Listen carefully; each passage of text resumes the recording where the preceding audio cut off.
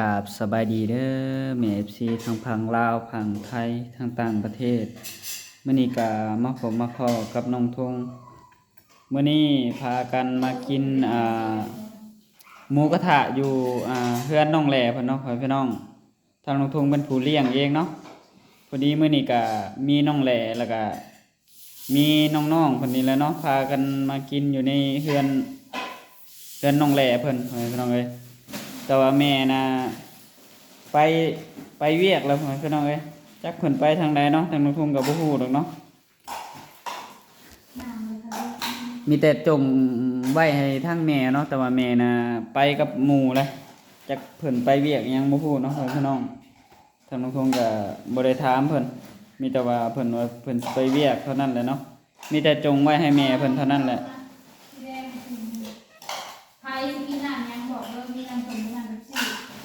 น้องเคยเพิ่นบ่มาเนาะน้องเคยเพิ่นก็บ่ได้มามื้อนี้โทรทางน้องแหล่เพิ่นโทรแล้วตอนนี้ก็น้องๆเพิ่นพากันนั่นเย็นน้ำกินอยู่เนาะเอาสบายดีเด้อน้องๆสบายดีตอนนี้ก็น้ำเขียวน้องพี่เคยบ่น้ำเขียวกำลังข้างหม้อขึ้นเนาะตอนนี้เนาะอันนี้ก็เงินทางน้องทงกับน้องสายเองเนาะเป็นผู้ซื้อนี่ก็ได้ซื้อเลี้ยงน้องๆเพิ่นทางน้องทงลงคลิปเมื่อก่อนนั่นก็มักเว้าล้ำไปล้ำมาเนาะก็ต้องขอโทษขออภัยเด้อแม่ FC ทางน้องทงสิพยายามสิบ่เว้าล้ำเก่าเนาะพี่น้องเนาะทางน้องทงก็บ่จักแนวอธิบายเนาะทางน้องทงก็เลยเว้าล้ำไปล้ำมาเนาะก็ต้องขอโทษขออภัยแม่ FC เบิดทุกคนเนาะโดยก็ช่วงนี้ก็บ่คือช่วงก่อนๆเนาะทางทงก็จักเป็นอะไรช่วงนี้ก็ได้เนาะมีแต่โดนถูกแม่ FC ว่าใส่เนาะพ่อพี่น้องแต่ว่าทางทงก็พยายามอธิบายให้แม่ FC เพิ่นเข้าใจก็เลยเว้าล้ำไปล้ำมาเนาะพ่อพี่น้องยันทางแม่ FC เพิ่นเข้าใจผิดเนาะพ่อพี่น้องเนาะโดย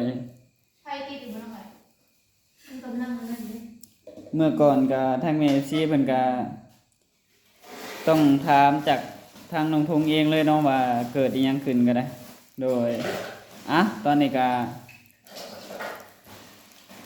หรือว่าผิดหรือถูกอีหยังก็ต้องถามจากน้องทงเองเนาะเมื่อก่อนกับตอนนี้ก็น่าจะคือกันแล้วเนาะพี่น้องโดย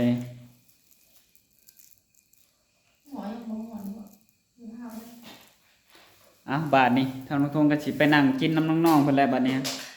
พอเริ่มข้างหม้อขึ้นเลยเนาะมื้อนี้ก็ซื้อของอยู่ของกินมาเลี้ยงน้องพี่น้องเห็นเพิ่นพากันขยันพี่น้องเอ้ยมาถมฐานซอยแม่เนาะทางน้องทงก็ซื้อไข่มาพร้อมเนาะแต่ว่าแม่เพิ่นบ่อยู่ซ้ำก็เลยบ่ได้เอาไข่มาก็เลยถ้าเอาให้แม่เพิ่นเนาะเอาให้น้องๆเพิ่นก็ย่านน้องเพิ่นเอาไว้บ่ดีเนาะพี่น้องย่านน้องลิ้นเพิ่นเอาไว้บ่ดีมีแต่น้องลิ้นเพิ่นอยู่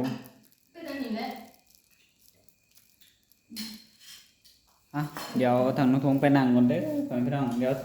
นี่ FC สิว่าน้องทงเว้าหลายเนาะน้องลิ้นไปห้องน้ำห้องน้ำนี่เลยไว้เดี๋ยวกินไปเลยสบายดีอีกครั้งเด้อแม่ FC อันนี้ก็มีหลายอย่างเนาะมีใส่ผักไปเด้อใส่เลยมีกุ้งแล้วก็มีลูกชิ้นแล้วก็อีหยังนี่เพิ่นเอิ้นฮอทดอกบ่รู้อีหยังใส่กรอกบ่กับถ้วยเบิดเลยได้ชิ้นหมูชิ้นหยังแม่เนาะบวงได้บ่ด้วยเบิดตรงนี้เนาะอันนั้นจ้าเพิ่นเป็นพงแก้วอีกหลายดอกแก้วทางนั้นมีแล้วบ่มีเห็นแล้วเดี๋ยวมาใส่น้องเลยเด้อเอาคนเดียวได้มาคนเดียวเด้อนี่เด้อ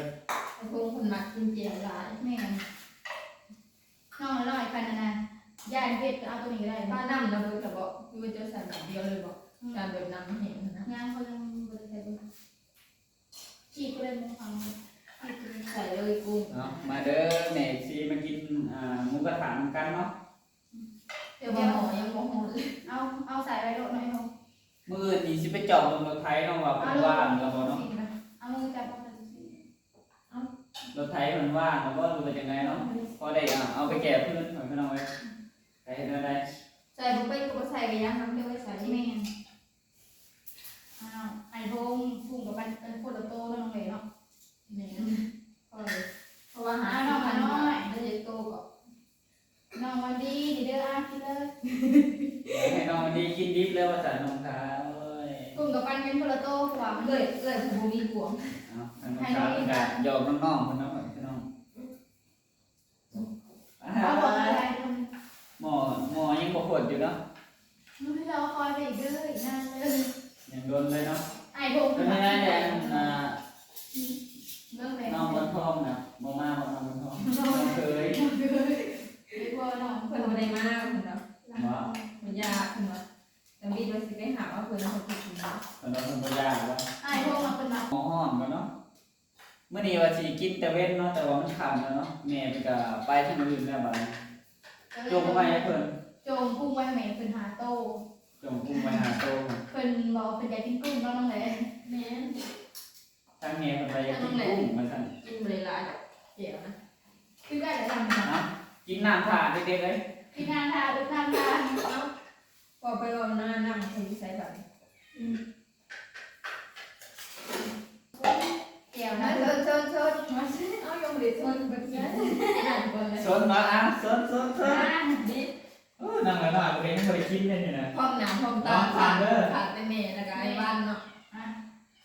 เชี่ยเป็นโดนเกลือหนึ่งนอกคิดพร้อมหนาพร้อมตาในคนเนาะ แม่นอยู่นำกันหลายคนเหมือนพร้อมหน้าพร้อมตากันแบบนี้ก็มีความสุขเนาะแม่ พี่คุณน้องลิง กา การ ร ดูแลโพดมันก็สิแซ่บ แม่กินหลายคนแล้วก็แซ่บพร้อม บวงคนตัวน้องลิงบวงใหม่น้อง น้อง แม่ น้อยขี่ไปถูกเป็นอยู่ว่าน้องน้อยนี่ เป็นน้ำเทียนซื่อ เป็นกันเพียซื่อ เอาใส่ด้วยล่ะคือเห็ดจิหลีเนาะ ห้องน้องนี่คือว่าซูเป้ดิ ใช่แหละหมอก็เป็นปวดจังเด้อย่อหมอจัง อ่ะน้องแม่เขียพายสุดเจ้ายอมยอม หมอจนดับแล้วน้องขา สุดเจ้ายอมถึงคนละคาง ย้อน ไอ้ทงหยกน้ำมันเปียกเลย น้ำมันเหี่ยใส่อย่างนี้อยู่แต่ เพราะว่า พายดับ อ่า ดูทำ น้ำมันเหี่ยใส่น้ำหลายเพราะว่า มันโมเมนต์ บ่แม่นอีกเบิ่งนี่น้ำมันเหี่ยข้างๆเบิ่งบ่นี่ เดี๋ยวมันกำลังตี เพราะว่าเป็น ทานมันทานหมุน ทานบุญแต่มันบดอย่างตี มันนั่น อยู่เปิดสิได้กินบ่ดิ กะทิชานี่เป็นน้อย ไปหาคาหมอกมาดูน้องทิ้งโทษทีวี ได้เป่าวันนี้พอดีแล้วน้ำมันไม่ใส่ร่นแต่ เนาะ แม่ มาเลย โอ้ เบลไอ้พ่อ ว้ายใจฮ้อนกว่าไผแล้วบาดนี้ มันบ่ติดหน่อยพี่น้อง โยเลยเดี๋ยวจะสี่บอก โอ้ย ลงดีก็ยากโอ้ยเพื่อสิติดเนาะเพื่อสิได้กินเนาะเลยทำเลย คือ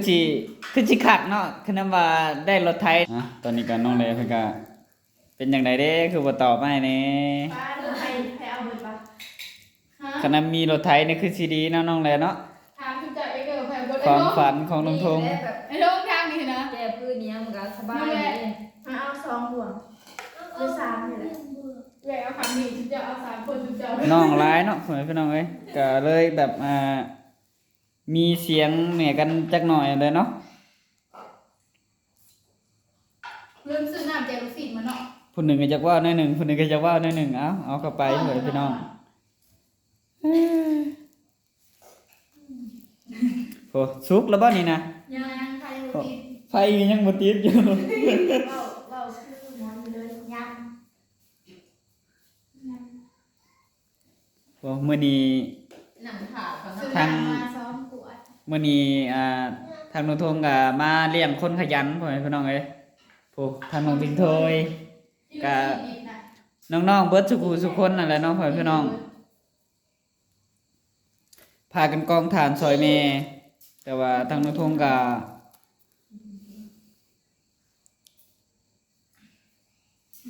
มือพาได้คือซะ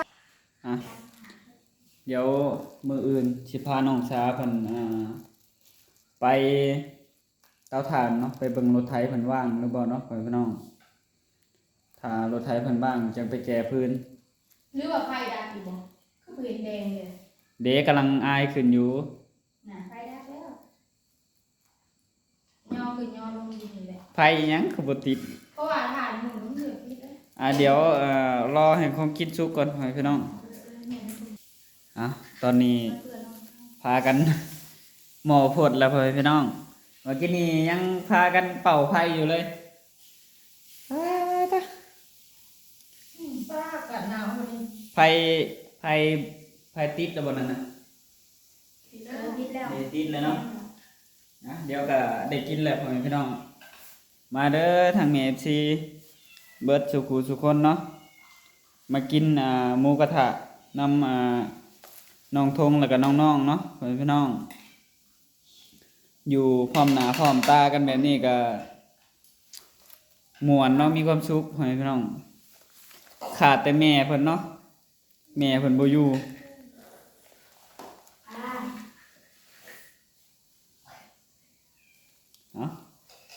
ยังไงเลย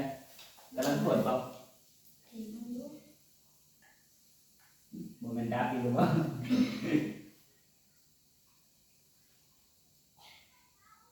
เป็นน้ำถ่านบอกเลยนั่นแหละ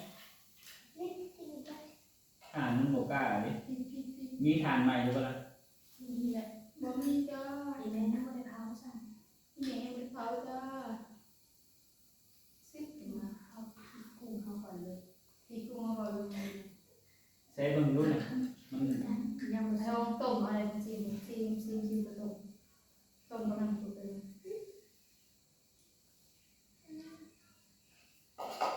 แซ่บแล้วเนาะ ได้เลย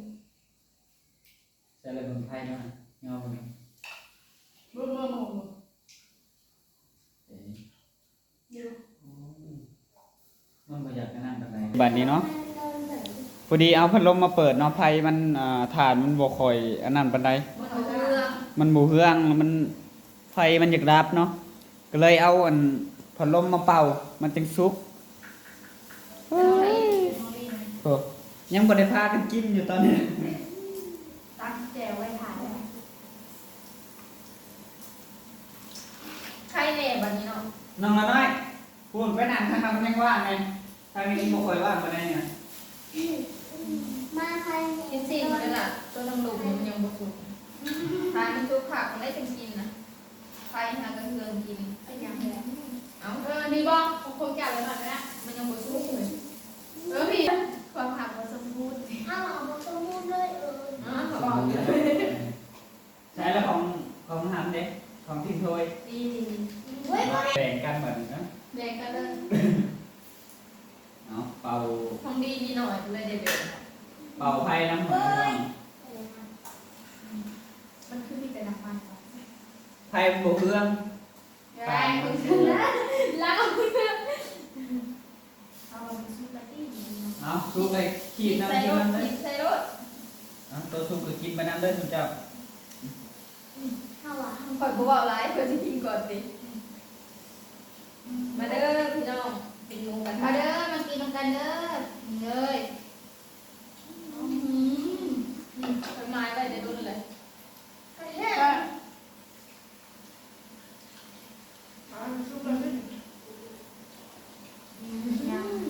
อร่อยขีดใส่น้ำเด้อมึงได้ว่างเลยขีดใส่น้ เป็นเพราะว่า เป็นน้ำที่บอกว่า แซ่บ ต้องได้ต้องกระดงมาเบิด ำมึงได้โสดแล้วก็ขีดกูบ่าวมาน้ำเด้อบ่แม่นเนาะบ่หยอก คือผมต้นคือบอกมันกินน้ำโลก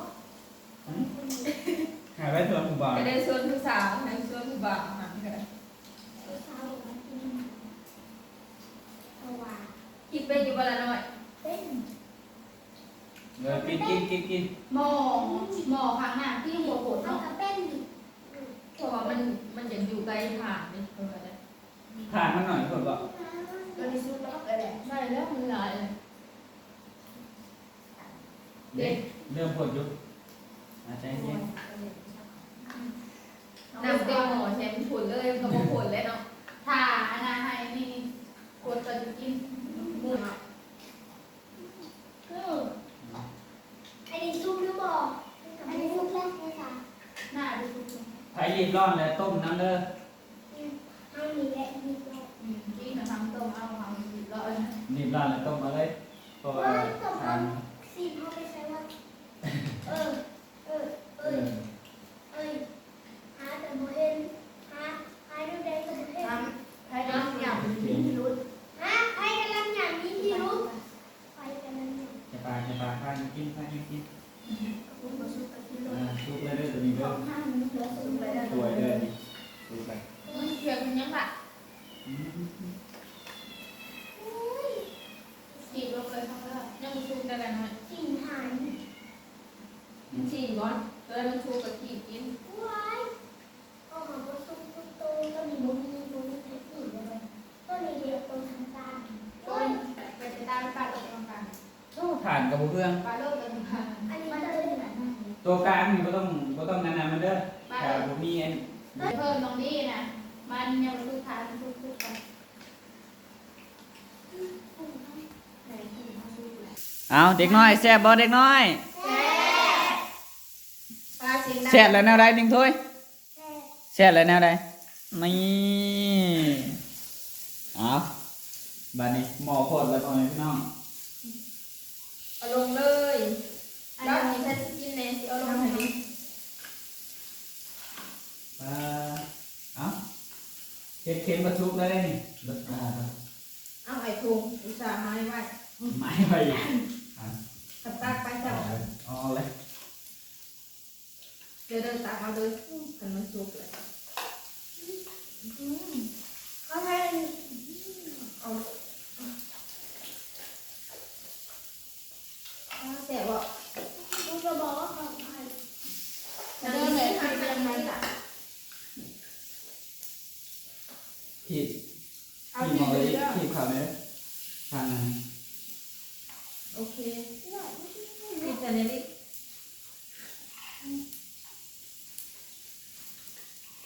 เพื่อหมอสุโขดเนาะ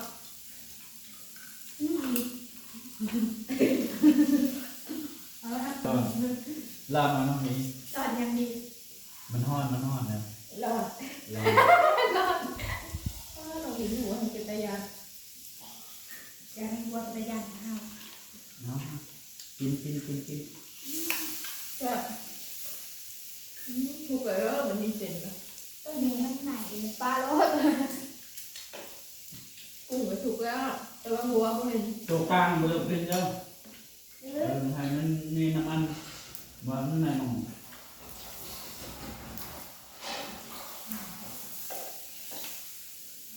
ข้าว ลงอีกบ่พักนะ เอาเลยลงเลยใครบอกกินดาวกินดี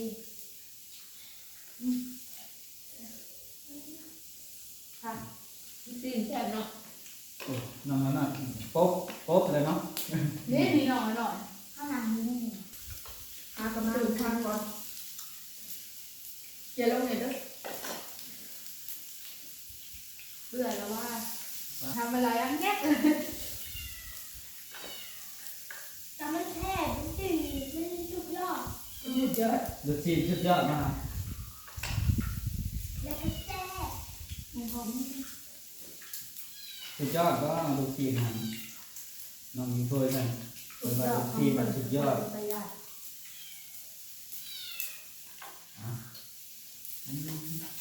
แซ่บแซ่บแซ่บลายมี เนี่ย ลุงว่าไปดิขอเลย นี่เลยสุกยอดเลยสวย เนี่ยนะท่านจะเอา เป็นห่วงแม่เด้อเป็น สุดยอดเลย ได้ไม่ดีล่ะ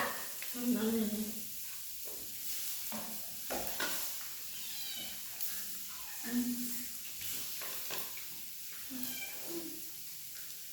ขอลงให้จองไปเลยเด้อ เพื่อเอาลงเอาลงให้กินมาหน่อยนะ ลูกทำแล้วไปนะ เอาละเอา น้องกันโดนเถื่อได้กินซีนเนาะเป็นก็เลยกินเลยซีน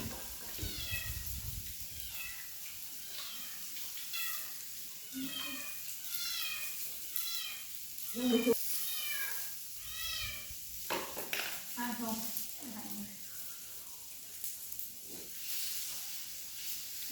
ไกลคุณ ปลาไผ่แห้งเลยเนาะบาทนี่โอ้น้องถ้วยไปใส่เลยเด้นี่โอ้ เราคนอื่นแล้ว มาหาหลักของเด้อดีเด้อ โอ้น้องที่ถ้วยเพิ่นก็อิ่มจักไปทางใดเนาะเดี๋ยวจักหน่อย